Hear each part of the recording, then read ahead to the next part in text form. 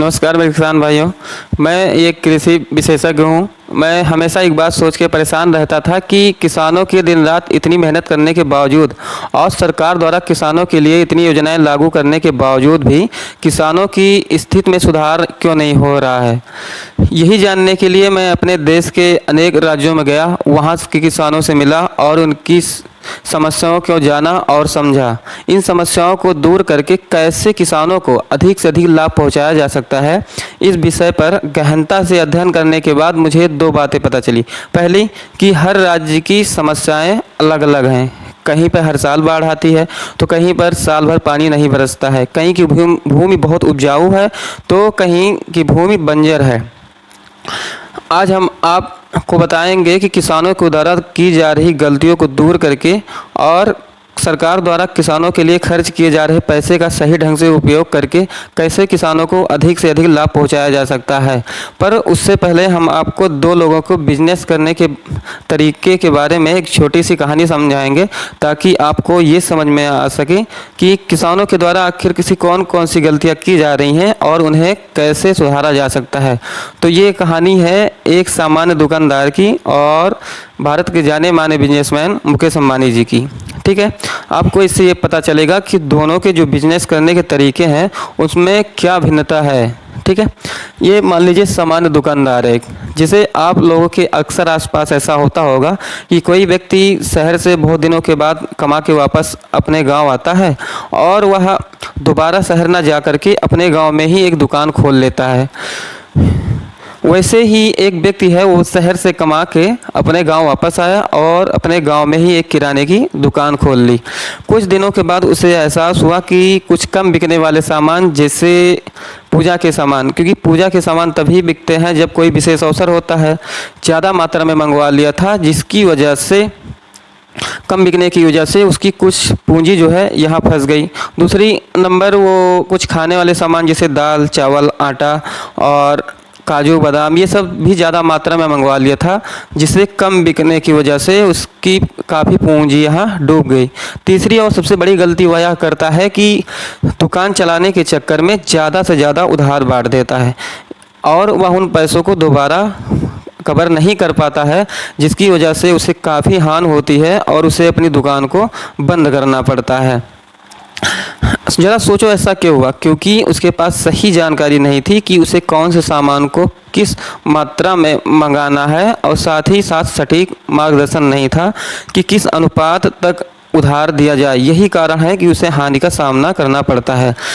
वहीं पर मान लीजिए मुकेश अंबानी जी हैं, अगर इन्हें कार की कंपनी खोलनी है, बस इन्हें कार के बारे में कुछ भी नहीं मालूम है कि कार को में मतलब बनाने में क्या क्या लगता है, फिर तो वो सबसे पहले क्या करते हैं कि वो सबसे पहले जानकारी इकट्ठा करते हैं। जानकारी का मतलब यह है कि वो इंजीनियर, मतलब जो कार बनाते हैं, ऐसे इंजीनियरों की एक टीम बनाते हैं और उन्हें बताते हैं कि देखो हमें ऐसी कार बनवानी है। ठीक है, तो जो इंजीनियर होते हैं वैसी ही कार बना के तैयार करते हैं। फिर उन कारों को बेचने के लिए जगह जगह शोरूम खोला जाता है। साथ ही साथ उनकी ऑनलाइन मार्केटिंग भी की जाती है कि यदि कोई व्यक्ति अपने घर बैठे ही उन्हें ऑनलाइन ऑर्डर करके मंगाना चाहता है तो मंगा सकता है। इससे ये फ़ायदा होता है कि उनके जो कार है उसकी पहुंच भारत के हर कोने कोने पर हो जाती है कि कहीं से भी व्यक्ति बैठकर अपने घर पे ही इन कारों को प्राप्त कर सकता है। और चौथा सबसे बड़ा काम जो होता है कि वो एक बड़ा सा शोरूम बनाकर जो कारें ज़्यादा बन गई हैं उन्हें उसमें सुरक्षित रख दिया जाता है और जैसे जैसे कारें बिकती जाती हैं इन शोरूमों में लाके रख दिया जाता है। इससे ये फ़ायदा होता है कि उनका जो पूरा बिजनेस होता है सुरक्षित होता है और इसलिए इनके लाभ कमाने की संभावना बढ़ जाती है। अब देखो वर्तमान में जो हमारे किसान हैं वो उनकी जो स्थिति है वो इन्हीं नए दुकानदारों की तरह ही है। देखो सबसे बड़ी गलती क्या करते हैं कि वो अपने खेत की मिट्टी की कभी जांच नहीं करवाते हैं, जिससे उन्हें ये पता नहीं चल पाता है कि उनके खेत में किस पोषक तत्व की कमी है, किस पोषक तत्व की अधिकता है, उनमें खाद कितनी मात्रा में डालना, यानी जिंक कितना है, सल्फर कितना है, ये सब नहीं पता चल पाता है, जिससे वो ज़्यादा खादों का प्रयोग कर देते हैं और उन्हें हानि का सामना करना पड़ता है। साथ ही साथ उनमें ये पता नहीं चल पाता है कि आखिर कौन कौन से ऐसे बीज हैं जो कम लागत में हमारे खेतों में अच्छी से अच्छी पैदावार दे सकते हैं। साथ ही साथ उन फसलों को कितने पानी की आवश्यकता होती है, इसके बजाय वो उन्हीं दो चार फसलों को बोते हैं जो उनके दादा परदादा के समय से बोते आ रहे हैं, जिससे लागत अधिक लगने की वजह से यदि कोई फसल 10 रुपये किलो बिकती है तो उसमें से 7 से 8 रुपये इनकी लागत ही लग जाती है। बाकी जो लाभ बचता है वो अगली बार की फसल और खाद बीज खरीदने में ही पूरे नहीं होते हैं, जिसकी वजह से किसान जो है कर्जे में डूबता जाता है और अंत में उसे आत्महत्या करने तक की नौबत आ जाती है। अब ये तो रही किसान की गलती। अब देखो सरकार गलती कहाँ करती है। देखिए, आप ये जानते हैं कि खेती करने के लिए भूमि, पानी, बीज, खाद और दवा इतनी चीज़ों की आवश्यकता पड़ती है। अब सरकार जब भी बजट में मतलब किसान के लिए योजनाएं लागू करती है तो ये चीज़ मानती है कि ज़मीन सबके पास है। वह बाकी जो कुछ भी मतलब योजनाएं बनाती है वह इन्हीं तीनों को ध्यान में रख के बनाती है। मान लीजिए सरकार को इस साल का बजट बनाना है, अब वह कृषि से संबंधित अधिकारियों से पूछेंगे कि अब की किस चीज़ पे ज़्यादा ध्यान दिया जाए, किस चीज़ पे हमारे मतलब खेत में या हमारे देश में कमी है। तो उन अधिकारियों ने इस अपने मतलब पूरे क्षेत्र का या देश का के डाटा को निकाला और उन्होंने बताया कि इस बार हम पानी पे जोर ज़्यादा दें, यानी पानी पे ज़्यादा बजट का पैसा खर्च करें क्योंकि पानी की आवश्यकता ज़्यादा है। तो होता क्या है कि अब देख लो, हम सबसे पहले एक काम करेंगे, ये पूरे भारत देश को, मान लीजिए पूरा भारत देश है, उसे हमारा देश ऐसे है लेकिन कृषि को ध्यान में रख के हम ऐसे बनाए हुए हैं। ये हमारा पूरा देश है, ठीक है। इसको हम 3 भागों में बांट देते हैं, पहला ये वाला, दूसरा ये, तीसरा ये। अब ये जो बिंदी बिंदी है ये पानी की उपस्थिति है, मतलब ये पानी है। पहले वाले में पूरा क्षेत्र पानी से भरा है, दूसरे में ये इतना और तीसरे में ये इतना। अब मान लीजिए सरकार ने इस साल पानी को महत्व दिया, तो जो ये वाला क्षेत्र है इनके पास पानी की पूरी मात्रा यानी पानी पर्याप्त है, इनके पास पानी पर्याप्त है, बीज पर्याप्त है, लेकिन खाद और दवा की कमी है। इनके पास पानी कम है, बीज कम है, खाद और दवा पर्याप्त है, इनके पास तीनों ही कम है, ठीक है। अब वो इनके लिए इस साल की योजना तो बेकार ही गई क्योंकि इनके पास पानी जो है पर्याप्त मात्रा में है, लेकिन बीज भी पर्याप्त मात्रा में है, लेकिन क्या है कि खाद और दवा की कमी है। अगर इनको पानी की जगह खाद और दवा मिल जाती तो इनके यहाँ फसलों की अच्छी पैदावार हो जाती और उसे कीट पतंगों से भी बचा सकते थे। लेकिन खाद और दवा पर्याप्त मात्रा में न होने की वजह से जहाँ ये क्षेत्र में जितने क्षेत्र में 1 किलो फसल बोते थे वहाँ पे वो 2 से 3 किलो फसल बोएंगे, जिससे इनकी लागत अधिक लग जाएगी और इन्हें हानि का सामना करना पड़ेगा, ठीक है। दूसरे वाले क्षेत्र में पानी की कमी है, बीज भी कमी है और खाद और दवा पर्याप्त मात्रा में। देखो सरकारी योजनाएं तो लागू करती हैं लेकिन वो कागजों तक ही सीमित होती हैं। मान लीजिए ये इस योजना से लाभ हुआ और यहाँ तक यानी इतने क्षेत्र तक इसमें पानी भर गया, मतलब पानी पहुँचा दिया गया, उससे ज़्यादा तो होगा नहीं, ठीक है। इसे कहाँ तक मान लेते हैं, इतना पहुँचा दिया गया। अब पानी पहुँचा भी देंगे तो उससे क्या फ़ायदा होगा, क्योंकि यहाँ पे बीज की भी कमी है। अब वो क्या होगा कि इनके पास खाद दवा पर्याप्त मात्रा में है, पानी भी थोड़ा पहुंच गया, लेकिन बीज ही बोने के लिए नहीं है। अब मिट्टी भले ही उपजाऊ है, खाद पानी भी अच्छी मात्रा में है, लेकिन बोने के लिए बीज ही नहीं है तो क्या फ़ायदा। अगर इन्हें उसी पानी के साथ साथ बीज भी मिल जाता बोने के लिए तो इस एरिया के क्षेत्र में जो किसान निवास करते हैं उन्हें भी मतलब ज़्यादा से ज़्यादा पैदावार करके फ़ायदा कमाने का मौका मिल सकता था। लेकिन बीज पर्याप्त मात्रा में न होने की वजह से इस क्षेत्र की काफ़ी ज़मीन जो है खाली रह जाती है और इस क्षेत्र में रहने वाले किसानों को भी हानि का सामना करना पड़ता है, ठीक है। तीसरे वाले ये क्षेत्र वाले आए, देखो इसमें ना तो पानी है सही मतलब है, लेकिन पर्याप्त मात्रा में नहीं है, ना तो खाद है ना तो बीज है, मतलब कुछ भी नहीं है। अब मान लेते हैं कि इस पानी को इस क्षेत्र में पूरा भर ही दिया जाए, यानी इस योजना से इस पूरे क्षेत्र में पानी अगर हम पहुंचा भी देते हैं तो उससे क्या फ़ायदा है। बोने के लिए पर्याप्त मात्रा में बीज ही नहीं है, खाद और दवा ही नहीं, अगर हम थोड़ा बीज है ही हमारे पास तो खाद और दवा ना होने की वजह से हम उन्हें कीड़े मकोड़ों से बचा भी नहीं पाएंगे। इस प्रकार इन्हें भी हानि होती है। यही कारण है कि सरकार के द्वारा इतना प्रयास किए जाने के बावजूद भी अभी तक किसान की स्थिति दयनीय बनी हुई है और दयनीय होती जा रही है। ठीक है, अब सवाल ये उठता है कि इन चीज़ों को सही कैसे किया जाए, यानी आखिर क्या परिवर्तन किया जाए, क्या बदलाव किया जाए जिससे किसानों की स्थिति आने वाले समय में बेहतर से बेहतर हो सके। तो ठीक है, अब हम क्या करेंगे कि जो इस क्षेत्र है पूरा कृषि वाला, ठीक है, इसे हम 5 किलोमीटर की दूरी वाले क्षेत्रों में, इसे छोटे छोटे क्षेत्रों में बांट देंगे। यानी जितने टुकड़े हैं या पार्ट हैं ये 5 किलोमीटर है। 5 किलोमीटर का मतलब यह है, बीच में खड़े हो जाइए, 2.5 किलोमीटर इधर, 2.5 किलोमीटर इधर, 2.5 किलोमीटर इधर और 2.5 किलोमीटर इधर। ठीक है, ये 5 किलोमीटर का क्षेत्र है। अभी इसमें हम क्या करेंगे, इसमें हम 4 चीज़ों की व्यवस्था करेंगे। यानी अभी हम क्या कर रहे थे, जो कृषि है वो दुकानदार, जो नए दुकानदार हैं हमारे अनुसार, उनके अनुसार कर रहे थे, लेकिन अब हम खेती क्या करेंगे, जो मुकेश अंबानी जी हैं इनके अनुसार करेंगे। ठीक है, जैसे कि इन्होंने पहले क्या किया, जानकारी इकट्ठा की, यानी कार बनाने के लिए ये इंजीनियरों की एक टीम बनाई। वैसे हम क्या करेंगे, हर गांव, मतलब इस क्षेत्र में 5 किलोमीटर एरिया वाले क्षेत्र में एक कृषि केंद्र खोला जाएगा। इन्होंने फसलों को बेचने के लिए शोरूम बनाया, यहाँ पे हम मंडी बनाएंगे। ठीक है, इन्होंने ऑनलाइन मार्केटिंग शुरू की। अभी हमारे पास ऑनलाइन मार्केटिंग की सुविधा नहीं है, तो ऑनलाइन मार्केटिंग हम शुरू करेंगे। उस कैसे करेंगे अभी हम आपको बताते हैं। इन्होंने जो बची हुई, मतलब ज़्यादा बनी हुई कारें हैं उनको सेफ रखने के लिए बड़े बड़े शोरूम बनाए। हम उसके लिए कोल्ड स्टोर बनाएंगे। ठीक है, अब इसको, इनका उपयोग कैसे करना है, देखिए, ये जो यहाँ पे किसान कृषि केंद्र होगा, यहाँ किसान के जो अधिकारी होंगे वो, उनका सिर्फ इतना काम होगा कि इस जो क्षेत्र है, यानी जो ये 5 किलोमीटर का एरिया है, ये क्षेत्र है, इधर कुल मिला के लगभग 78 किलोमीटर स्क्वायर का एरिया होगा। तो इसमें काम क्या करेंगे कि ये इस एरिया की जितनी मतलब ज़मीन है इसको कृषि योग्य बनाना इनका काम है। यानी इस एरिया की कृषि की जो संपूर्ण व्यवस्था है देखना इनका काम है कि इस क्षेत्र में कोई भी खेत खाली ना रह जाए। ठीक है, तो ये सबसे पहले क्या काम करेंगे कि ये हर खेत की, यानी इस क्षेत्र की जो खेत हैं सबके क्या करेंगे, मिट्टी की जांच करेंगे। यानी हर एक किसान के खेत की ये मिट्टी की जांच करेंगे कि इसमें किस पोषक तत्व की कमी है, इसमें सल्फ़र कितना है, इसमें जिंक कितना है। ठीक है, उसी के अनुसार किसानों को ये कि खाद कितनी डालना है इसकी जानकारी देंगे। दूसरे नंबर ये क्या करेंगे, फसल का निर्धारण करेंगे।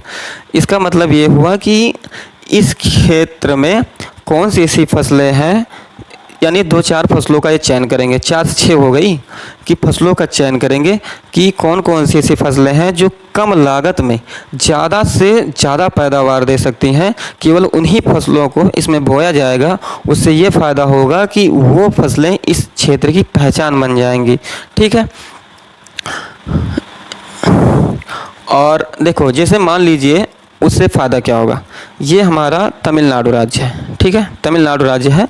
अब ये बंदा जो है, यहाँ का जो व्यापारी है, इसके बगल में बंगलोर है। ठीक है, अभी तक वो टमाटर जो है बंगलोर से मंगा रहा था, तो जिससे क्या होता था कि उसकी लागत भी, परिवहन लागत भी बढ़ जाती थी, समय भी ज़्यादा लगता था।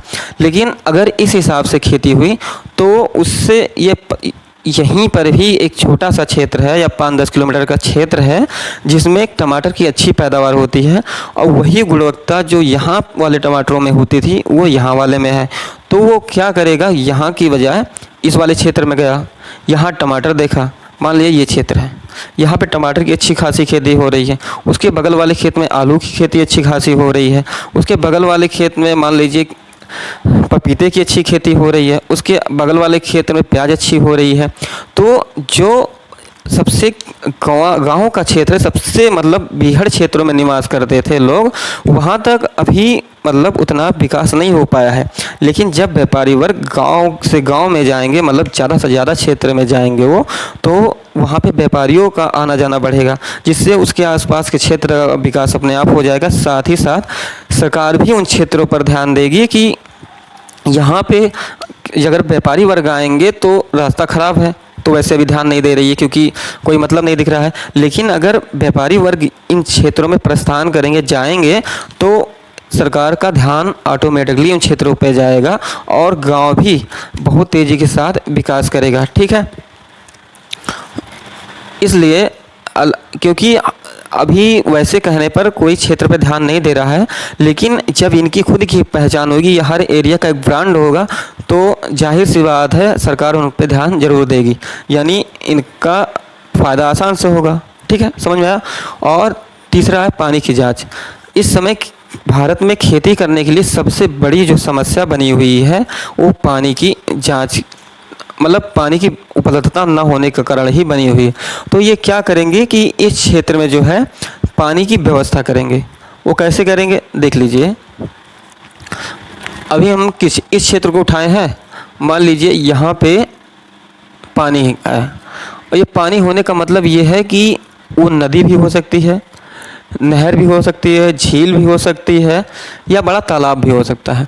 तो मान लीजिए यहाँ से नदी गई है, ये जो है नदी है, अब वो इसके किनारे ये क्षेत्र बसा है। तो ये क्या करेंगे कि इस यहाँ नदी के किनारे से एक छोटी सी नहरी बनाएंगे। ठीक है, नहरी बना के इसके किनारे किनारे किनारे किनारे से तालाब खोद देंगे और उसमें पानी भर देंगे। अब जब जब तालाब खाली होगा वैसे वैसे पानी से उसे भरते जाएंगे। उससे ये फ़ायदा होगा, उसके बाद जो इसका इधर वाला क्षेत्र है उसमें भी ऐसा नहरी बना के यहाँ तालाब बना के पानी भर दिया जाएगा। ठीक है, अब उसके बाद जो इसके पीछे वाला क्षेत्र है यहाँ में भी नहरी बनाया जाएगा और यहाँ से मतलब कट करके ऐसे इसे भी भर दिया जाएगा। अभी तक क्या होता था कि नदी या झील के मात्र आधा किलोमीटर दूर स्थित खेत को सिंचित योग्य नहीं बनाया जा सकता था, क्योंकि आधा किलोमीटर अगर हर किसान पाइप खरीद रहा है तो उसकी पहले नंबर कॉस्ट बहुत ज़्यादा आ जाएगी, यानी कीमत बहुत ज़्यादा आ जाएगी। दूसरे नंबर हो सकता है उसके खेत से पहले किसी का खेत हो और वो अपने खेत से ना ले जाने दे तो। लेकिन इस योजना के होने से ये सरकारी काम में आ जाएगा तो कोई भी किसान पहले नंबर इस वजह से अड़ंगा नहीं करेगा। दूसरे नंबर ये होगा कि पीछे वाले के साथ साथ जो आगे हैं इस योजना से उन्हें भी लाभ होगा, तो इसलिए रुकावट नहीं आएगी और इस प्रकार हम नदी के किनारे स्थित 10-20 किलोमीटर एरिया को सिंचित योग्य बना सकते हैं, उसे सींच सकते हैं। ठीक है, साथ ही साथ ये क्या करेंगे कि इस एरिया में अभी तक क्या है, बरसात के जो पानी का जो संरक्षण करने की ऐसी कोई व्यवस्था है नहीं। ठीक है, तो जो भी उससे संबंधित योजना है बस वो कागज़ों में ही रह जाती हैं। लेकिन अगर ये यहाँ फिर खुद कृषि केंद्र के अधिकारी रहेंगे तो वो इस एरिया में पानी को जो संचित करने का यानी सुरक्षित करके इकट्ठा करने का जो लोगों को तरीका बताएंगे और इस एरिया में साल भर पानी बना रहे ऐसी व्यवस्था करेंगे। ठीक है, चौथा नंबर यह है कि खाद और पानी और दवा का निर्धारण, जिससे वो हर व्यक्ति के खेत में जाएंगे, वहाँ उनकी फसलों को देखेंगे और इसके बाद उसमें कितने पानी खाद दवा का छिड़काव करना है इसकी वो देख रेख करेंगे, मतलब समय समय पे उन्हें बताते रहेंगे। यानी कोई भी किसान अपने मर्जी से खेत में या किसी कहने की वजह से खेत में दवा या पानी का छिड़काव मतलब खाद का छिड़काव नहीं करेगा। ठीक है, और चौथी नंबर ये है जो सबसे अहम है, अभी तक किसानों के पास जानकारी न होने की वजह से वो ऐसा नहीं करते थे कि जिससे एक खेती के साथ ना जिससे एक के साथ दूसरा डिपेंड होता है, बस उसकी जानकारी हमें नहीं होती है इसलिए हम उसे नहीं करते हैं। उसमें ज़्यादा पैसे नहीं लगते हैं, जबकि अगर कोई सीधे व्यक्ति उस काम को कर रहा है तो उससे पैसे ज़्यादा लग रहे हैं, लेकिन अगर उसकी व्यवस्था हमारे पास है तो उसमें पैसे कम लगते हैं। जैसे देखो, यदि कोई बागवानी कर रहा है, मतलब बागवानी खेती कर रहा है, फूल की खेती कर रहा है, तो उसके साथ साथ अगर वो मधुमक्खी पालन करता है तो पहले बात यह है कि किसी दूसरे खेत में ले जाके डिब्बों को रखना की दिक्कत नहीं होगी, और दूसरे नंबर उसके पास स्वयं का खेत होगा जिससे मधुमक्खी पालन करने की अगर उसके पास जानकारी ये मतलब कृषि केंद्र के अधिकारी उसे देंगे, जिससे उसका खर्चा कम होगा और इसके एक के साथ साथ दो मतलब बिजनेस को यानी व्यापार को एक साथ वो कर सकता है। यानी कृषि अगर बागवानी के साथ मधुमक्खी पालन करता है तो बागवानी से तो लाभ कमाएगा, उसके साथ ही वह मधुमक्खी पालन करके दोहरा लाभ उससे कमा सकता है। ठीक है, अभी तक क्या है लोग नहीं करते थे क्योंकि जानकारी नहीं होती थी, इसलिए वो नहीं करते। दूसरा है पशुपालन। अभी जैसे पशुपालन में कौन से प्रजाति के जानवरों का पालन करना है, इसकी जानकारी वो किसानों को देंगे। और साथ ही साथ जैसे क्या होता है, आपने सुना होगा या देखा भी होगा आपके आसपास, कोई व्यक्ति पशुपालन करता है या बड़े पैमाने पर, तो उसके साथ वो डेयरी खोलता है। लेकिन डेयरी के साथ साथ अब क्या होगा, जैविक खाद यानी जो केचुए वाली खाद होती है उसको बनाने की मतलब जो विधि होती है, उसे कैसे किया जाए, उसका बड़ा मतलब बिजनेस के तौर पे उसे कैसे किया जाए, उसकी जानकारी एक कृषि केंद्र के अधिकारी इन किसानों को देंगे। अगर कोई करना चाहता है तो इन तीनों को एक साथ कर सकता है। देखो उससे एक फ़ायदा ये होगा कि इनके पास पहले नंबर ये दोनों काम कर रहे हैं, तो इसमें आदमी होंगे यानी जो काम करने वाले लेबर हैं वो होंगे, उसका फ़ायदा मिल जाएगा, इनमें वो काम करा सकते हैं समय समय पे। और दूसरी सबसे बड़ी बात जो सबसे ज़्यादा मतलब कीमती होता है इस जैविक खाद में, गोबर। इनके पास पर्याप्त मात्रा में गोबर होगा, ठीक है, लेबर होगा, जिससे यदि कोई व्यक्ति सीधे जैविक खेती की खेती करना मतलब जैविक खाद बनाने का व्यापार करना चाहता है तो जो जितना खर्चा उसका आएगा उससे आधा ही खर्चा इनका ही आएगा। इसलिए इनके लिए ये जो है बहुत फ़ायदेमंद है। लेकिन क्या होता था, अभी तक जानकारी न होने की वजह से किसान भाई इसे एक साथ नहीं करते थे, यानी एक साथ उनके पास 2 से 3 व्यापार करने के लिए मतलब आय के 2-3 क्षेत्र इनके पास होंगे, ठीक है। दूसरे नंबर क्या होता है, मछली पालन। देखो मछली पालन के साथ साथ बत्तख पालन आपने सुना होगा कि जैसे नीचे तालाब में मछली पाल दिए, साथ ही साथ ऊपर बत्तख छोड़ दिए कि जिससे जितना बत्तख पानी पे दौड़ेंगी नीचे मछलियाँ मतलब पानी हलचल होने की वजह से मछलियाँ भी भागेंगी नीचे नीचे, जिससे उनकी जो विकास और वृद्धि होगी वो तीव्र गति से होगी। लेकिन अभी तक इन तीनों को एक साथ क्यों नहीं करते थे, क्योंकि इनके पास सही जानकारी नहीं होती थी और इसमें रिस्क भी है। अगर थोड़ा सा भी गलती हुई तो भारी नुकसान हो सकता है। लेकिन अब कृषि केंद्र के अधिकारी जो होंगे समय समय पर जा करके इनके तालाबों को देखेंगे तो ये क्या करेंगे कि नीचे तालाब बना के उसमें मछली पाल दिए, बीच में क्या नाम उस पानी पे बत्तख छोड़ दिए, ठीक है, उसके ऊपर एक मतलब फार्म बना के, पोल्ट्री फार्म बना के ऊपर मुर्गी पालन करेंगे। मुर्गी पालन, मछली और बत्तख पालन एक साथ ये कर सकते हैं, पर अभी नहीं करते थे क्योंकि सही जानकारी नहीं थी और रिस्क भी है। लेकिन अब रिस्क कहाँ से होगा, इनके ही क्षेत्र में कृषि केंद्र के अधिकारी होंगे, हमेशा वो यहीं रहेंगे, कोई भी दिक्कत हुई तुरंत कॉल के तुरंत आके पहुँचे, तुरंत रोग का निजात हो गया। तो यानी एक के साथ उनके पास जो मतलब आय का स्रोत होगा कई होगा, जिससे हानि की अपेक्षा लाभ कमाने की जो मात्रा है वो बढ़ जाएगी, ठीक है। और चौथा इसके बाद ये क्या काम करेंगे कि एक बड़े जोत का निर्माण करेंगे। इसका मतलब क्या हुआ, जैसे मान लीजिए ये क्षेत्र है, ठीक है, ये क्षेत्र जो है ये 200 बीघे का क्षेत्र है, ठीक है, 200 बीघे का खेत है और इसमें लगभग 40 लोगों का खेत आता है। इस क्षेत्र में 40 लोगों का खेत आता है, तो वो क्या करेंगे अब इन सबका, क्योंकि ऐसा तो है नहीं कि अगर इन सबको मिला दिए तो कोई इनकी हड़प लेगा ज़मीन, क्योंकि सबकी ज़मीन की घाटा संख्या होती है, ठीक है, तो ऐसा कोई बेईमानी कर नहीं पाएगा। तो एक क्या करेंगे, इस 200 बीघे का एक खेत बनाएंगे, ठीक है, और इसमें जितने किसान होंगे उनकी भागीदारी होगी कि हाँ सब मिल के इस 200 बीघे में मेहनत करेंगे। इससे एक फ़ायदा ये होगा कि जैसे मान लें किसी का 2 बीघा है, 4 बीघा, 6 बीघा ऐसे करके खेत है, 10 बीघा है, तो हर बंदा उसी के हिसाब से यानी हर किसान उसी के हिसाब से अपनी खाद दवा पानी की मतलब ज़रूरतों को पूरा करता है, जिससे उनकी जो फुटकर लेने की वजह से उनकी जो मतलब लागत है वो बढ़ जाती है। लेकिन जब 200 बीघे 300 बीघे का एक खेत बनाया जाएगा तो उससे क्या होगा कि खाद दवा बीज इन सब की जो मात्रा है थोक में आएगी, जिससे यहाँ पे उनकी लागत जो है कम हो जाएगी, ठीक है। इसलिए अब बड़े जोत का निर्माण करें ये बहुत ज़रूरी है, क्योंकि बिना इसके आपकी लागत को कम करना एकदम असंभव इस समय हो गया, ठीक है। इसलिए उससे क्या फ़ायदा होगा कि जब फसल पहले नंबर इससे सब लोग साथ मिलके काम करेंगे, दूसरे नंबर इससे फ़ायदा ये होगा कि लागत कम आएगी। जब फसल बिक जाएगी जिस हिसाब से जिसका खेत होगा उस हिसाब से उसकी लागत और लाभ को बांट दिया जाएगा, ठीक है, ये बहुत बड़ा फ़ायदा होगा। और उसके बाद क्या करेंगे, इनका सबसे बड़ा काम एक होगा कि जैसे इस एरिया में जितनी भी सरकारी ज़मीनें हैं जैसे खेत वो कृषि योग्य हैं, तो उन्हें जिनके पास खेत नहीं है या जो गरीब किसान हैं उनके नाम पट्टा करवा देंगे। इससे ये एक फ़ायदा होगा कि उन किसानों के पास आय का एक स्रोत बन जाएगा और उनका जीवन स्तर भी बेहतर हो जाएगा। ठीक है, उसके बाद ये होगा कि कृषि के बारे में हर एक छोटी से छोटी जानकारी देकर किसानों को जागरूक करेंगे। इनका काम होगा, मतलब ये इतना काम होगा कि ये कृषि केंद्र के जो अधिकारी होंगे, ठीक है, इसे देखिए अभी तक इनमें से आप ज़रा सोचिए आपके पास क्या था। हमारे ख्याल से कुछ भी नहीं है। ठीक है, आप मिट्टी की जांच तो करवाते ही नहीं हो। सबसे बड़ी यही है कि 20 किलोमीटर 30 किलोमीटर दूर आपके खेत से वो कृषि केंद्र है, जहां आप ये सोचो कि अरे जाएंगे तो 20 मतलब एक दिन हमारा उसी में चला जाएगा, फिर कुछ दिन बाद जाएंगे तो लेके आएंगे उसकी जांच क्या है कितना है। तो इसकी एक बड़ी फ़ायदा हो जाएगा कि अब ये सब करना के लिए समझ लो चुटकियों का काम है।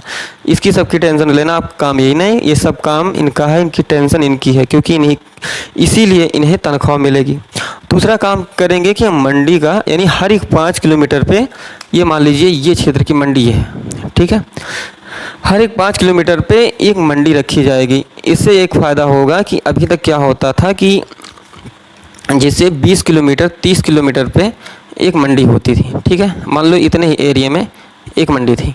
तो क्या होता था कि अगर किसी के पास 10 किलो भी फसल निकली ये चलाया, 1 कुंटल निकली वो भी चलाया। इसी हिसाब से थोड़ी थोड़ी फसलें मिला करके उसकी मंडी में मतलब मात्रा ज़्यादा हो जाती थी, जिससे फसलों की मात्रा अधिक होने की वजह से उनकी कीमत जो घट जाती थी और किसानों को मजबूरन कम दामों में अपनी फसलों को बोना होता था। दूसरे नंबर ये घाटा होता था कि उनका इतनी दूर में आने में पहले नंबर किराया भी ज़्यादा लग जाता था और समय की भी दिक्कत होती थी। लेकिन अब ऐसे ही एक फ़ायदा होगा, और जो व्यापारी यहाँ होंगे उनको भी घाटा होगा कि जैसे यहाँ से हैं, यहाँ से मंडी आ रहे हैं तो उनका जो परिवहन मतलब व्यय है, खर्चा है, वो बढ़ जाएगा आने जाने में। ठीक है, तो इससे एक फ़ायदा होगा कि जैसे हर एक 5 किलोमीटर पे एक मंडी होगी। ठीक है, तो हर एक व्यक्ति के पास एक से ज़्यादा मंडियों का ऑप्शन होगा। मान लीजिए किसी कीमत यहाँ कम है, उसके 10 किलोमीटर दूर एक मंडी है जिसमें उसकी कीमत थोड़ा ज़्यादा है, तो व्यक्ति यहाँ ना बेच करके यहाँ ले जाएगा। और दूसरे नंबर एक फ़ायदा होगा कि जैसे 10 किलो 5 किलो जिसके पास 20 किलो 50 किलो तक जो फसल है वो अपने पास के ही मंडी में बेच देगा, जिससे किसी बड़ी मंडी में या जो उस एरिया की फेमस मंडी होगी वहाँ पे फसलों को की जो मतलब मात्रा है वो ज़्यादा नहीं हो पाएगी, जिसकी वजह से मात्रा ज़्यादा नहीं हो पाएगी, जिसकी वजह से एक फ़ायदा ये हो जाएगा कि उनकी जो फसलों का दाम होगा वो ज़्यादा से ज़्यादा प्राप्त कर पाएंगे और वो अधिक से अधिक लाभ कमा पाएंगे। ठीक है, ये होगा मंडी का काम। तीसरा ये होगा कि अभी जो सबसे बड़ी दिक्कत है वो ऑनलाइन मार्केटिंग की सुविधा। अभी क्या है, कृषि क्षेत्र में ऑनलाइन चीज़ों की जो ऑनलाइन बिक्री है वो नहीं हो रही है। ठीक है, कि व्यक्ति हाँ कोई भी सामान है वो एक सीमित क्षेत्रों तक ही रह जा रहा है। ठीक है, लेकिन अब ऐसा नहीं है, क्योंकि ऑनलाइन सुविधा होने की वजह से हमारा कोई क्षेत्र का प्रोडक्ट जैसे यहाँ है, जैसे अभी तक हर चीज़ों का आप ऑनलाइन देख रहे हो, बेच रहे हैं। ठीक है, आप जोमेटो हो गए, अमेज़ॉन हो गए और फ्लिपकार्ट हो गए, इनकी वजह से सामानों को आप ऑनलाइन ख़रीद कर रहे हो। वैसे ही एक कृषि के लिए हब बना करके हम उनकी बिक्री भी ऑनलाइन करेंगे। ठीक है, इससे हमें फ़ायदा होगा। साथ ही साथ उससे एक फ़ायदा ये होगा कि जैसे यहाँ की कोई फेमस चीज़ है वो इन क्षेत्रों में ही सीमित ना रह करके इस पूरे भारत में हर एक जगह पे पहुँच सकेगी, जिसके उस चीज़ की मात्रा यहाँ पे जो सीमित थी, ये एरिया था, उसकी मात्रा पूरे क्षेत्र में फैलेगी और उसकी मांग बढ़ेगी, वो एक ब्रांड का काम करेगी। ठीक है, उसको ये फ़ायदा हो जाएगा ऑनलाइन मार्केटिंग की वजह से। और चौथा होगा कोल्ड स्टोर। अभी तक कोल्ड स्टोर हर फसलों का है नहीं, ज़्यादा से ज़्यादा 2-4, जैसे आलू आपकी स्टोर की जाती है, गेहूँ हो गया, धान हो गया, इसे 2-4 गिनी चुनी फसलों की ही मतलब लिए कोल्ड स्टोर जो है। इसलिए जो सब्जी वाली फसलें हैं उन्हें हानि का सामना करना पड़ता है, जिससे उन्हें सेफ नहीं रखा जा सकता। लेकिन हर एक क्षेत्र में एक कोल्ड स्टोर होगा, इससे ये फ़ायदा होगा कि इस कोल्ड स्टोर होने से हम अपनी सब्जियों को वहाँ पे, जैसे उस समय कोई सब्ज़ी उत्पादित हुई और उसका जो है उस समय भाव सही नहीं है, तो हम एक काम करेंगे कि उसे वहाँ सुरक्षित रख देंगे और जब उसका भाव मिलेगा तो हम उसे बेच करके लाभ कमा सकते हैं। ठीक है, ये तो रही इस हिसाब से, मतलब इनके हिसाब से खेती करने का लाभ। ठीक है, अब सवाल ये उठता है कि ये सारी चीज़ें संभव कैसे होंगी। ठीक है, तो ये सारी चीज़ें संभव तभी होंगी जब हम कृषि को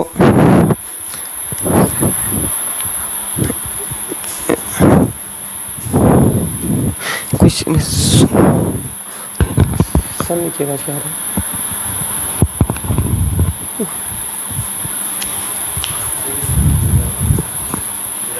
अच्छा, देखो अब सवाल ये उठता है कि ये चीज़ें सही कैसे होंगी, ये मतलब इस हिसाब से खेती हो कैसे पाएगी। तो ये अब ऐसे होगा कि जैसे हमारा रक्षा बजट होता था, शिक्षा बजट है, वैसे अब हमारा एक अलग से कृषि बजट होगा। ठीक है,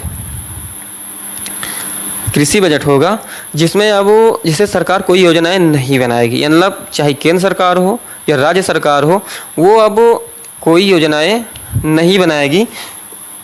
अब वो क्या करेगी कि जैसे देखो, अब क्या करेगी, वो सीधा एक बजट का पास करेगी, कृषि बजट। अब इस कृषि बजट का कैसे उपयोग करना है ये अब हम आपको बताएंगे। देखो देखो आपने एक योजना का नाम सुना होगा, बड़ी फेमस योजना है कि जन धन योजना। ठीक है, जन धन योजना है कि कृषि सम्मान निधि योजना, जिसके अंतर्गत सरकार आपको 6,000 रुपये 2-2 हज़ार की किस्त करके 3 किस्तों में देती है। ठीक है, अब हम ये मान लेते हैं कि इस एरिया में 5,000 किसान हैं, यानी आप सोच लीजिए, आप खुद महसूस कीजिए कि आपके घर से 2.5 किलोमीटर इधर, 2.5 किलोमीटर इधर, 2.5 किलोमीटर इधर, 2.5 किलोमीटर इधर, इतनी दूरी में कुल मिलाकर के सिर्फ 5,000 किसान हैं जिनको इस योजना से लाभ मिलता है। अब देखो, किसी राज्य में, मतलब किसी क्षेत्र में 10,000 तक संख्या पहुंच सकती है, किसी में 2 ही हज़ार रह जाएगी। तो इसलिए हम मतलब औसतन माने हैं कि 5,000 ऐसे लोग हैं जिन्हें इस योजना का लाभ मिलता है। ठीक है, अब 5,000 लोग हैं और 6,000 रुपये मतलब मिल रहे हैं, तो यानी एक साल में इस एरिया में सिर्फ 3 करोड़ रुपए मिल रहे हैं। ठीक है, इस योजना से ही इस साल जो है 3 करोड़ रुपए मिल रहे हैं। और आपको जान के ताज्जुब होगा कि सरकार जो है किसानों के लिए 43 योजनाएं जो है इस समय चला रही है। अगर आपको लग रहा है कि नहीं, तो आप गूगल करके देख लीजिए, गूगल पर सर्च करके 43 योजनाएं हैं जो किसानों के लिए सिर्फ चलाई रही हैं। तो किसी माध्यम से हो सकती है, कोई ट्रैक्टर की संबंधित है, पानी से संबंधित है, तो उसमें से 12 से 13 योजनाएं जो है वो राज्य सरकार की हैं, बाकी लगभग 30 योजनाएं जो हैं वो केंद्र सरकार की हैं। अब केंद्र सरकार की हमने सिर्फ एक योजना ली है, किसान सम्मान निधि योजना, जिसमें 3 करोड़ रुपए जो है सरकार को इस योजना से मतलब इस क्षेत्र को प्राप्त हो रहे हैं। ठीक है, अब बाकी जो 29 योजनाएं केंद्र सरकार की बचती हैं, उनसे कुल 3 करोड़ रुपए ही मान लेते हैं, ज़्यादा मिलेंगे लेकिन चलो ठीक है मान लेते हैं, 3 करोड़ रुपए मिल रहे हैं हर साल इस मतलब क्षेत्र को। तो क्या करेंगे, यानी हर साल हमें 6 करोड़ रुपए सरकार के द्वारा दिए जा रहे हैं, केंद्र सरकार के द्वारा। वो बहुत माध्यमों से हो सकते हैं, लेकिन अब हम आपको ये बताएंगे कि इन्हें खर्च कैसे करना है। ठीक है, कैसे खर्च करना है हमको ये बताएंगे। देखो, सबसे पहले देखिए, एक खुरपा आप जानते होंगे, जिससे मतलब घास वास छिली जाती है। दूसरा हसिया, कुदार, फावड़ा, ट्रैक्टर, रोटावेटर, बड़ी मशीन, बागवानी, मधुमक्खी पालन, पशुपालन, डेयरी और मछली, इन सब में कैसे उन 6 करोड़ रुपए को खर्चा करना है आपको हम ये बताएंगे। देखो, ये खुरपा जो है सरकार क्या करेगी, यानी जो कृषि केंद्र होगा ये 1,000 खुरपा इस साल खरीद के रखेगा। और आप जानते हो एक खुरपे की कीमत बहुत ज़्यादा होती है, तो 200 रुपये होती है, यानी 2 लाख रुपए हम खुरपे में खरीदने में खर्च कर दिए। दूसरा आता है हसिया, उसे भी 1,000 खरीदनी है, 200 रुपये कीमत, 2 लाख रुपए इसमें खर्चा कर दिए। तीसरा आता है कुदार, 1,000 खरीदनी है, एक कुदार की कीमत ज़्यादा 500, 400, 500 तक आती है, मतलब महंगी भी हो सकती है लेकिन इससे ज़्यादा महंगी नहीं आती।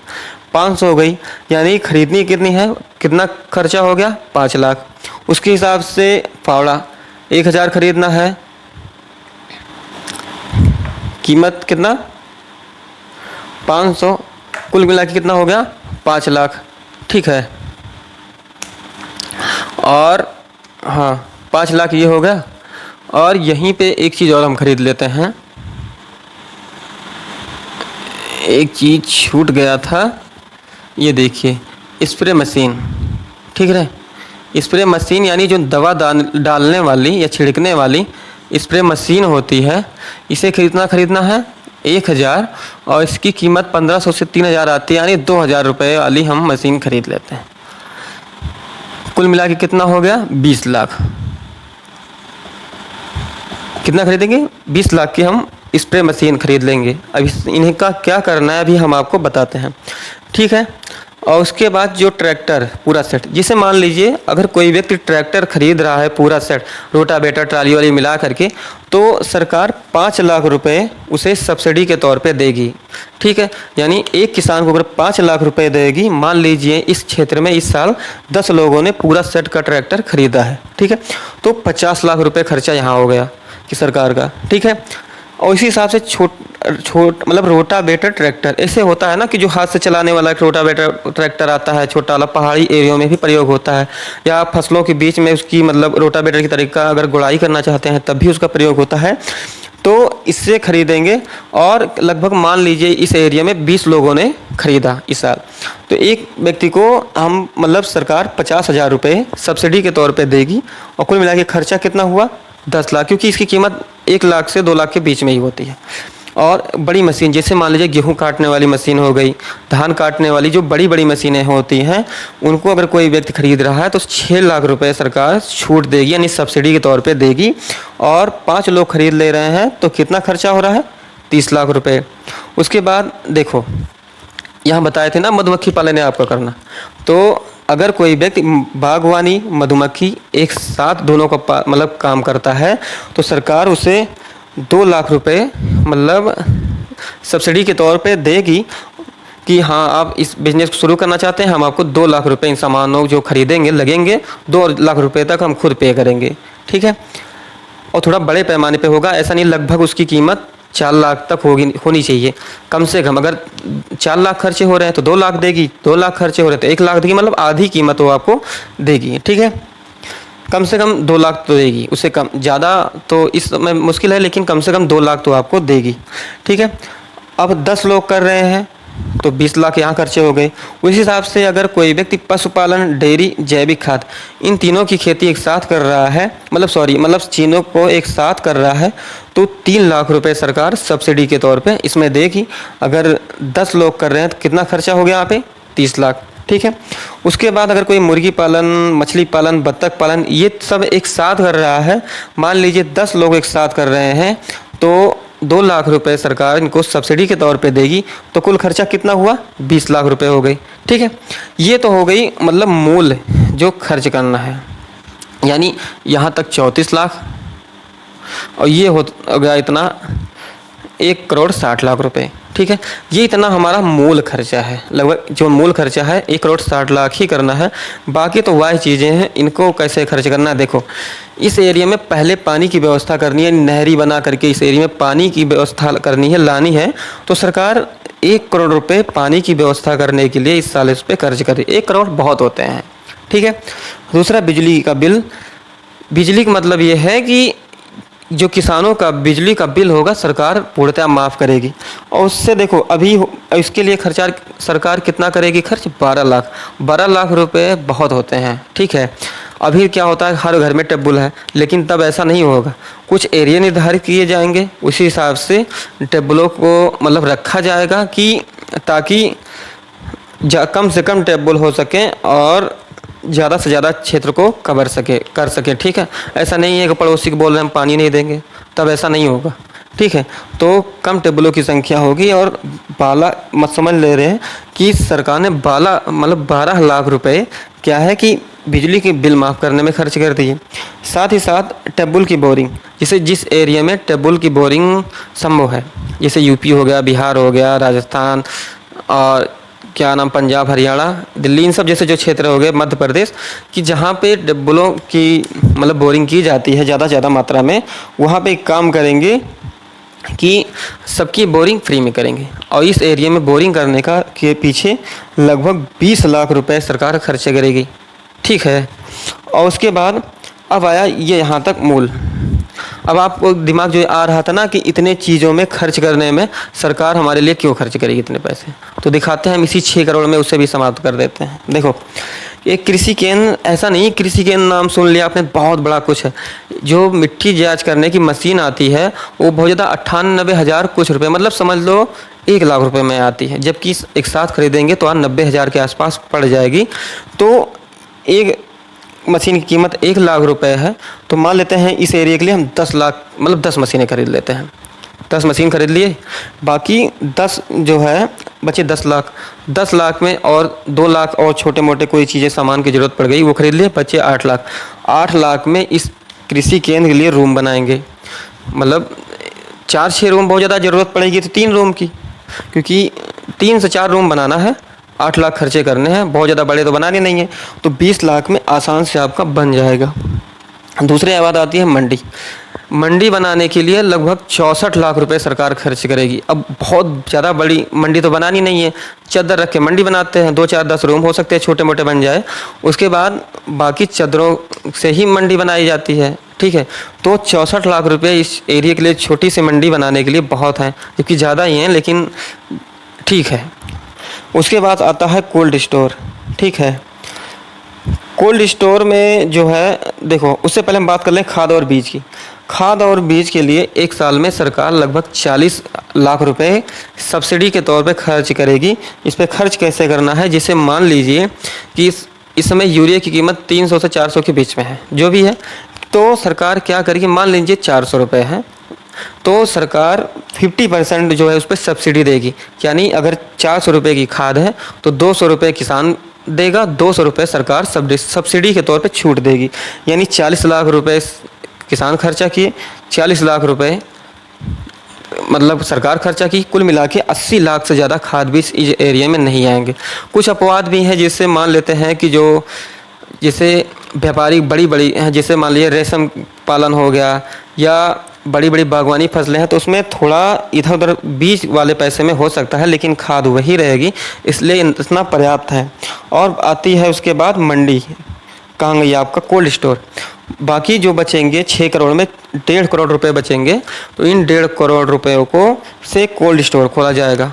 हो सकता है इनकी जो मतलब कॉस्ट है, देखो और सबकी तो सही है, हो सकता है 2-4 लाख इधर और उससे ज़्यादा होगा नहीं, लेकिन बाकी जो बचेगा आपका ये कोल्ड स्टोर वाला मामला बच रहा है। तो हम ये मानते हैं कि जो आपकी सरकार, जो राज्य सरकार का जो बजट होगा, उसमें से जितना पैसा बचेगा वो टोटल का टोटल इस मतलब कि कोल्ड स्टोर या इन चीज़ों को खर्च करने में, कोल्ड स्टोर बनाने में वो लगा दिया जाएगा। यानी जो 1-2 चीज़ें और इधर उधर होंगी उसमें सब में लगा दिया जाएगा, जिससे ये हम मानते हैं कि इस साल का जो बजट है टोटल इन चीज़ों में खर्च होगा और वो योजनाएं लागू हो जाएंगी, ठीक है।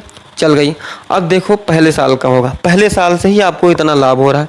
अब देखो हम आपको 5 साल का में कैसे, अगर आप 400 रुपये की खाद खरीद रहे हैं तो उससे हम 350 रुपये तक सरकार पे कर देगी, सिर्फ इतने में ही। ऐसा नहीं है कि किसी और विभाग का पैसा मार के आपको दे रही है। देखो मूलतः आपको क्या दे रही है, और देखो इनका उपयोग कैसे करना है। ये जो होगा इतना काम, यानी स्प्रे मशीन, खुरपा, हंसिया, कुदार, फावड़ा, ये इतना हो गया। इसे हम रखेंगे कृषि केंद्र पे। जो कृषि केंद्र बनेगा वहाँ पे इनको रखा जाएगा, क्योंकि क्या होता है कि मान लीजिए कोई किसान मतलब अपने खेत में कोई बड़ी फसल कर रखा है, उसके पास उसमें एक साथ ही लगभग 7 से 8 आदमियों की आवश्यकता है।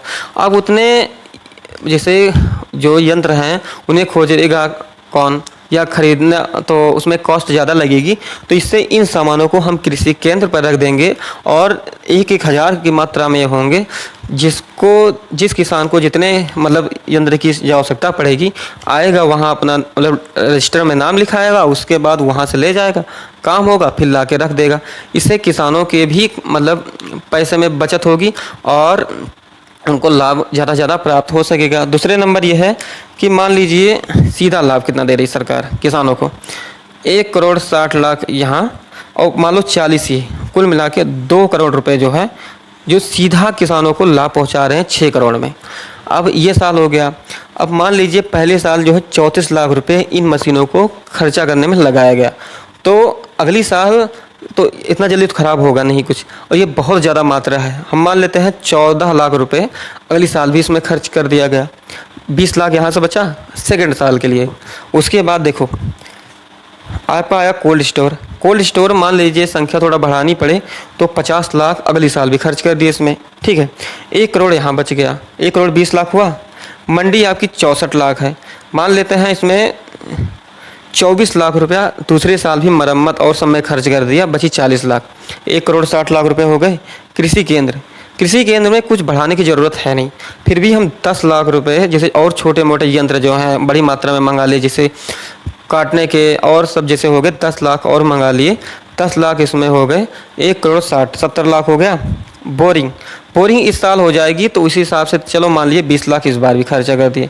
ये पानी, ये वाला खर्चा हो गया। ये पानी, पानी अब की बार जो है बन गया है तो 1 करोड़ खर्चा किए हैं, फिर साफ़ सफाई मान लेते हैं उसकी कि 40 लाख रुपए हो गए, और बचा उधर यहाँ से 60 लाख हम बचा लेते हैं। एक यानी कुल मिला के हमारे पास बचा कितना दूसरे साल में 2 करोड़ 10 लाख रुपए, 2 करोड़ 20 लाख रुपए बच गए, सिर्फ इतने से ही। अब वास्तव में हमें खर्चा ये कहाँ करना है, यहाँ से सीधा मुनाफा यहाँ तक, ये यहाँ एक ये होगा, यानी 2 करोड़ रुपए इसी योजना से बच गए, ठीक है। 2 करोड़ अगले साल इसको मिलेंगे भी, और 2 करोड़ ये 4 लाख, यानी जहां सरकार 5 लाख दे रही थी अगली साल वो आपको 10 लाख तक, 8 लाख 10 लाख रुपए अगर इन सामानों को खरीदे रहे हो दुगनी कीमत दे सकता है। ऐसे सोचो तीसरे साल चौथे साल, सिर्फ 5 साल में ही आप सोचिए, अगर आप कोई सामान खरीद रहे हो, मान लीजिए जैसे बोल रहे हैं ना ट्रैक्टर खरीद रहे हो 15 लाख का हो रहा है, तो उसमें से 12 लाख 14 लाख तक सरकार पे कर देगी। ऐसा नहीं है कि किसी और का मतलब पैसा मारेगी, सिर्फ 6 करोड़ से बता दे रहे हैं। और उसके बाद सोचिए अगली साल हर साल तो बजट का पैसा भी तो बढ़ेगा, अब इसको खर्च क्या से करेगी, यानी सरकार इन व्यवस्थाओं को लागू करेगी। तो अब हम आपको बताते हैं ये जो कृषि केंद्र का जो मतलब जो बजट होगा उसमें सरकार क्या करेगी। अब कोई योजनाएं नहीं बनाएगी खुद, वो इन क्षेत्रों को 6-6 करोड़ रुपए, या जैसे जहाँ कम ज़्यादा जैसे है उस हिसाब से लगभग 4 करोड़ 6 करोड़ रुपए लगभग मान लेते हैं, 6 करोड़ रुपए सरकार हर एक मतलब कृषि केंद्र को देगी, ठीक है। अब 6 करोड़ अगर दे रही है तो अगली साल बढ़ेगा भी। और ये क्या करेंगे, वो 6 करोड़ कैसे देगी कि 2-2 करोड़ की किस्त करके, जैसे इस समय इस योजना का फ़ायदा मिल रहा है किसान सम्मान निधि का, वैसे 2-2 करोड़ करके 6 करोड़ रुपए देगी ये, मतलब इनको देना है। तो ये क्या करेंगे, जिन सामानों की ज़रूरत पहले होगी उनकी लिस्ट पहले बनाएंगे, जिनकी ज़रूरत बाद में होगी उनकी बाद में बनाएंगे, और इन पैसों का मतलब वैसे उपयोग करेंगे। और सीधे सरकार पैसे इन्हें नहीं दे देगी, ठीक है, कि वो हाँ इतना सामान बताएंगे कि हाँ इतना सामान है वहाँ खर्चा हो रहा है, सीधा उस मतलब दुकान पे सरकार उन पैसों को पेमेंट करेगी, ठीक है। और एक सबसे बड़ी काम करना है इनको कि जो ये सामान लेंगे ये, ठीक है, इसमें से उसे सिर्फ कृषि केंद्र पर ही बेचा जा सकता है। ऐसा नहीं है एक भैया पता लगे ट्रैक्टर ले लिए और पड़ोसी को बेच दिए, ठीक है, ना तो वो उसे किसी और को बेच सकते हैं, ना तो वो किसी को जैसे किराए पे चलाने को दे सकते हैं, उनका प्रयोग वो खुद करेंगे। ऐसा नहीं है पता लगे 2-4 एक बंदा 2-4 10 ट्रैक्टर ले लिया और उसे किराए पे दे दिया, ऐसा नहीं है। वो अगर कोई खरीदेगा तो कृषि केंद्र के द्वारा ही वो खरीदा जाएगा, और कोई भी उसे मतलब किराए पे नहीं दे सकता है। इस प्रकार से अगर खेती की जाए ना तो आने वाले सिर्फ 5 साल के अंदर ही किसानों की लागत हम 90% तक कम कर सकते हैं, ठीक है। और देखो अगली इस बार का हो गया राज्य सरकार का, तो इसमें लग गया।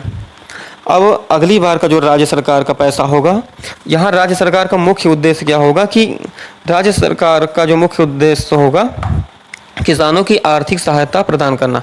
मतलब जैसे राज्य केंद्र सरकार का मुख्य उद्देश्य होगा कि किसानों की लागत को कम करना, इन सबसे कम पे लाना, और राज्य सरकार का मतलब होगा कि उस किसानों को आर्थिक रूप से मजबूत बनाना, यानी अपने राज्य के जो किसान हैं उन्हें आर्थिक सहायता प्रदान करना। एकदम ठीक उसी प्रकार जो किसान सम्मान निधि योजना है उसे अब सीधा राज्य सरकार देगी अपने राज्य के अंदर, जैसे जो किसानों का बजट पास होगा जितना पैसा उसको उसी हिसाब से जितने किसान होंगे इस क्षेत्र में, इसके राज्य में, उनको उस हिसाब से आवंटित कर देती। मान लीजिए इस पहले जब शुरुआत हुई, राज्य में जितने किसान हैं उनको 4,000 रुपये मंथ मतलब सालाना मिल पा रहे हैं।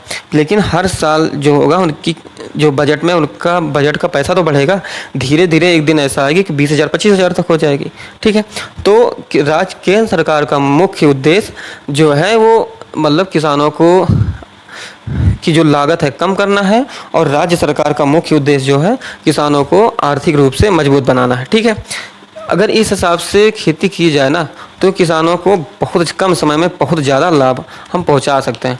अब कुछ आती है किसानों की गलती, जो कि वो मानते हैं उनका हक है और उसके लिए मांग करते हैं, और हम तो समझते हैं वो सबसे बड़ी बेवकूफ़ी है। जैसे कि सबसे बड़ी बात है एमएसपी बढ़ाना। ठीक है, अब हर जगह देखो प्रोटेस्ट हो रहा है कि एमएसपी बढ़ाओ, एमएसपी बढ़ाओ। आप ये बताइए कि ये सबसे घटिया मांगों में से एक है। कैसे? देखो, आपकी मतलब पूरे भारत देश में लगभग 100 योजना मतलब 100 प्रकार की मतलब फसलों की खेती की जाती है, जिनमें से मात्र 23 से 24 फसलों की ही एमएसपी निर्धारित है। ठीक है, एमएसपी रेट पे निर्धारित है, और उसमें सिर्फ 2 से 3 फसलों की ही क्या ना खरीद जो है एमएसपी रेट पे की जाती है। और इन 2-3 फसलों में से ना, जैसे धान हो गया, गन्ना हो गया, गेहूँ हो गया, इन्हीं की जाती है बस। और उसके बाद क्या होता है, उन 3 फसलों में से सिर्फ 5 से 6% यानी अगर 100 किलो है तो उनमें से सिर्फ 5 से 6 किलो फसल ही सरकार के द्वारा खरीदी जाती है एमएसपी रेट पे, और बाकी जो है बिचौलिए ही खरीदते हैं, वो भी मनमाने ढंग से खरीदते हैं। तो इन 5-6 किलो के लिए इतनी मारामारी क्यों भाई? हम क्या कह रहे हो? अगर सरकार कह रही कि इनकी भी हम फसल की खरीद कर रहे हैं तो आप इन्हीं की बो रहे हो, नहीं बोएंगे हम। ठीक है, अब उन फसलों को हम बोएंगे नहीं है, मतलब कि हर खेती जो होगी इस आधार पे होगी कि कुछ एरिया में जो फसल सबसे ज़्यादा मात्रा में होगी और कम लागत में होगी, हम उन्हीं फसलों को करेंगे। ऐसी स्थिति ही नहीं हो पैदा होने देंगे कि हमें सरकार के भरोसे रहना पड़े या हम उस फसल की अधिकता होने पड़े। तो एमएसपी बढ़ाने की मांग सबसे घटिया मांगों में से एक है। चलो मान लेते हैं कि सरकार ने इस साल धान की जो एमएसपी रेट की जो कीमत है सीधा 2,000 रुपये प्रति कुंटल से बढ़ा करके 4,000 रुपये प्रति कुंटल कर दिया, तो उससे होगा क्या? इस साल तो किसी तरह सरकार खरीद लेगी, हो सकता है चुनाव का माहौल हो, सरकार ने ऐसा कर दिया। अब अगली साल क्या होगा कि जितने भी किसान हैं वो सारी फसलों को छोड़ करके सीधा का सीधा धान की खेती करेंगे, और इतनी मात्रा में धान पैदा कर देंगे कि उससे खरीद पाना सरकार के लिए असंभव होगा। तो क्या होगा कि सरकार फिर से सीधा आपका वो एमएसपी रेट जो है डाउन करेगी और कम पैसे में खरीदेगी। बेचना हो तो बेचो, ना बेचना हो तो ना बेचो, क्योंकि उनके पास कोई ऑप्शन ही नहीं है। उतनी फसल खरीद के करेंगे क्या हो? तो फिर भी आपको फिर से लाभ की जगह हानि हो गई। इसकी जगह आपको ये करना है कि सरकार से आपको ये जानकारी मांगनी है इन लोगों को रखवा कि जिससे कि आपको कम कीमत पे यानी कम लागत में ज़्यादा से ज़्यादा पैदावार हो सके, इसकी जानकारी मांग रही है। ठीक है, ना कि एमएसपी बढ़ाना। आज के बाद ये जो हरकत है उसे बंद करना है। दूसरी सबसे बड़ी गलती है कर्ज माफ़ी। कर्ज माफ़ी जो है ना, ये किसानों के लिए किसी अभिशाप से कम नहीं है। देखो, आजकल किसान जो मतलब बैंक कर्मी हैं, बैंक के अधिकारी हैं, उनके दिमाग में एक बात बस गई है कि अगर कोई किसान कर्ज ले लिया तो वो दे नहीं पाएगा, जिससे जो उनकी जो पूंजी है वो डूब जाएगी। ठीक है, देखो बैंक पैसे कमाती कैसे हैं? या तो दूसरों को मतलब कर्जा दे करके जो उससे मतलब ब्याज पे पैसा प्राप्त होता है वो उससे पैसे कमाती हैं, या फिर जो पैसे आप बैंक में जमा करते हो उसे किसी और बिजनेस में लगाएंगे, उससे जो लाभ होगा ऐसे पैसे कमाती हैं। अब सोचिए वो आपको पैसे दे देंगे इस लालच में कि हाँ आपको पैसे दे रहे हैं, उनसे जो लाभ होगा मतलब ब्याज मिलेगा उनसे मिलेगा। आप पैसे ले रहे हो, दे ही नहीं रहे हो, तो बताओ वो पैसे कहाँ से कमाएंगे? तो धीरे धीरे उनको भी घाटा होगा ना। तो हर एक बैंक कर्मी के दिमाग में ये भावना हो गई कि अगर कोई किसान जो है कर्ज लेता है तो वो मतलब चुका नहीं पाएगा। ठीक है, और जबकि वो किसी व्यापारी वर्ग को खुशी खुशी जो है लोन दे देती हैं, जितना लोन आपके एरिया के किसान लिए होंगे ना इस एरिया के, उससे 10 गुना ज़्यादा लोन इस एरिया के व्यापारी वर्ग लिए होंगे, और जो पैसा वो लोन के रूप में आपको मिलना चाहिए वो इन व्यापारी लोगों को दिया जा रहा है। ठीक है, आप ऐसा हाँ सही है, मान भी रहे हैं कि कुछ किसान जो हैं वो ऐसा करते हैं जब कि ज़्यादा से ज़्यादा लोन ले लेते हैं और इस आस में रहते हैं कि अगर कि चुनाव आएगा तो सरकार लोन माफ़ कर देगी। तो अब हमें ऐसा नहीं करना है, क्योंकि देखो ये हम जानते हैं कि जो बैंकें होंगी वो ब्याज के रूप में ही पैसे कमाती हैं। तो हम क्या करेंगी, अपना जो लोन होगा उसका पैसा सबसे पहले चुकाएंगे, सब काम छोड़ के पहले लोन चुकाएंगे। तो जिससे कि हमें उनका ये विश्वास जीतना है, ठीक है, कि किसान से ज़्यादा तेज़ कोई लोन नहीं चुका सकता है। इससे ये फ़ायदा होगा कि क्या करेंगे कि जो ये ब्याज की दर है किसानों को कम और कम ब्याज दर पे ज़्यादा से ज़्यादा समय के लिए लोन देने के लिए बैंक कर्मी ज़रूर सोचेंगे। और एक दिन ऐसा आएगा कि आपके गांव-गांव जा कर के ये आपको लोन, वो भी बिना किसी झिझक के प्रोवाइड कराएंगे, ठीक है। मान लीजिए किसी बंदे का या जो किसी किसान का लोन पूरा हो गया और उसने उससे पहले जो है हर अपना जो मतलब किस्त है वो सही समय पे दी है, तो ये उसको कुछ समय के लिए छूट देने के बारे में ज़रूर सोचेंगे।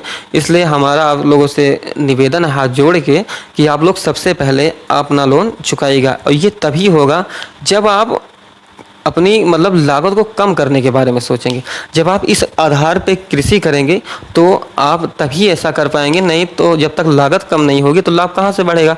हमारा मेन फोकस होना चाहिए कि अपनी लागत को कम करना, क्योंकि जब लागत कम होगी तो लाभ अपने आप बढ़ जाएगा, ठीक है। और उसके बाद आता है लाभ, ठीक है। अब इससे लाभ क्या होगा, देखो पहले आता है किसानों को लाभ। देखो अगर कृषि केंद्र होगा तो उन्हें हर प्रकार की जानकारी होगी, जिससे कि उनकी जो कीमत है यानी जो उनकी लागत है वो कम हो पाएगी, ठीक है। दूसरी होगी मंडी। देखो मंडी से एक फ़ायदा ये होगा कि अगर मंडी होगी तो उससे इनको जो फसलें हैं उनका उचित मूल्य प्राप्त हो पाएगा और उनके समय की भी बचत होगी। दूसरा, अगर मंडी पास पास होगी तो बिचौलिए से दूर हो जाएंगे, कि बिचौलिए से दूर होंगे और ये व्यापारी से सीधा जुड़ करके अपने फसल का ज़्यादा से ज़्यादा लाभ प्राप्त कर सकेंगे। तीसरा, मंडी पास होने से एक फ़ायदा ये होगा कि एक ही मंडी में किसी भी मतलब फसल का इकट्ठा होने की जो मतलब ज़्यादा से ज़्यादा मात्रा में हो जाने की संभावना कम हो जाएगी और उनकी फसलों का उचित मूल्य प्राप्त हो पाएगा। चौथा होगी ऑनलाइन मार्केटिंग की, मतलब ऑनलाइन मार्केटिंग से एक फ़ायदा ये होगा कि उनका कोई भी मतलब जो फेमस प्रोडक्ट है यानी फेमस यानी प्रसिद्ध जो फसल है उसकी जो मतलब पहुंच होगी देश के हर कोने में हो जाएगी, जिससे वो एक ब्रांड बनेगा और उसकी मांग भी बढ़ेगी, जिससे इनका फ़ायदा बढ़ जाएगा। चौथा होगा कोल्ड स्टोर।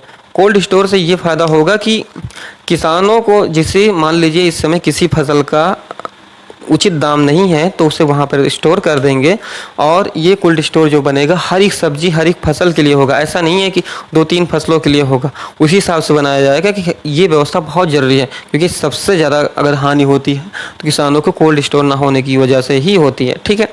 तो कोल्ड स्टोर होने से उनकी फसलों को बचाया जा सकेगा और जब उचित समय आएगा तो उसे बेच करके लाभ कमाया जा सकता है। दूसरा आता है व्यापारियों को लाभ। देखो व्यापारियों को ये लाभ होगा कि पहले नंबर मंडी पास पास होगी, जिससे उन्हें जो है खेत खेत भटकना नहीं पड़ेगा। अभी क्या होता है कि पता लगे उसी फसल को लेने के लिए हर किसान के खेत खेत में जाएं, जिससे उनकी परिवहन व्यय भी कमी आएगी और दूसरे नंबर उनके समय की भी बचत होगी। तीसरे नंबर जान लीजिए कि जैसे अभी तक यहाँ का जो व्यापारी है वो भी यहाँ तक आता था, लेकिन हो सकता है वो सब्जियाँ इन्हें यहीं मिल जाएँ, उसके पास में ही मिल जाए, जिससे उसकी मतलब यहाँ पे परिवहन और समय सब कुछ बचेगा, ठीक है, और उसे ज़्यादा से ज़्यादा लाभ प्राप्त हो सकेगा। तीसरा आता है आम नागरिकों को लाभ। ये समझ लो आप लोगों के लिए किसी रामबाण से कम नहीं है। देखो इस समय आप खाना खा रहे हो, पेट तो भर रहे हो, लेकिन वास्तव में सभी पोषक तत्व तो उसमें मौजूद नहीं है, बस आप सिर्फ पेट भर रहे हो। कुछ लोगों को ऐसा सुना होगा कि भाई गुटखा नहीं खाते थे या दारू नहीं पीते थे तभी उन्हें कैंसर हो गया। तो ऐसा क्यों हो रहा है? ये जो फूड चेन है परिवर्तन हो रहा है, ठीक है। ज़्यादा से ज़्यादा दवाइयाँ प्रयोग हो रही हैं, ज़्यादा से ज़्यादा उसमें खाद का प्रयोग हो रहा है, जिसकी वजह से कई खतरनाक तत्व इसमें शामिल हो रहे हैं और धीरे धीरे लोगों को बीमार कर रहे हैं। इसलिए हमें इस प्रकार की खेती करने की ओर ध्यान देना चाहिए और हर व्यक्ति को किसानों को मतलब सपोर्ट करना चाहिए, ठीक है।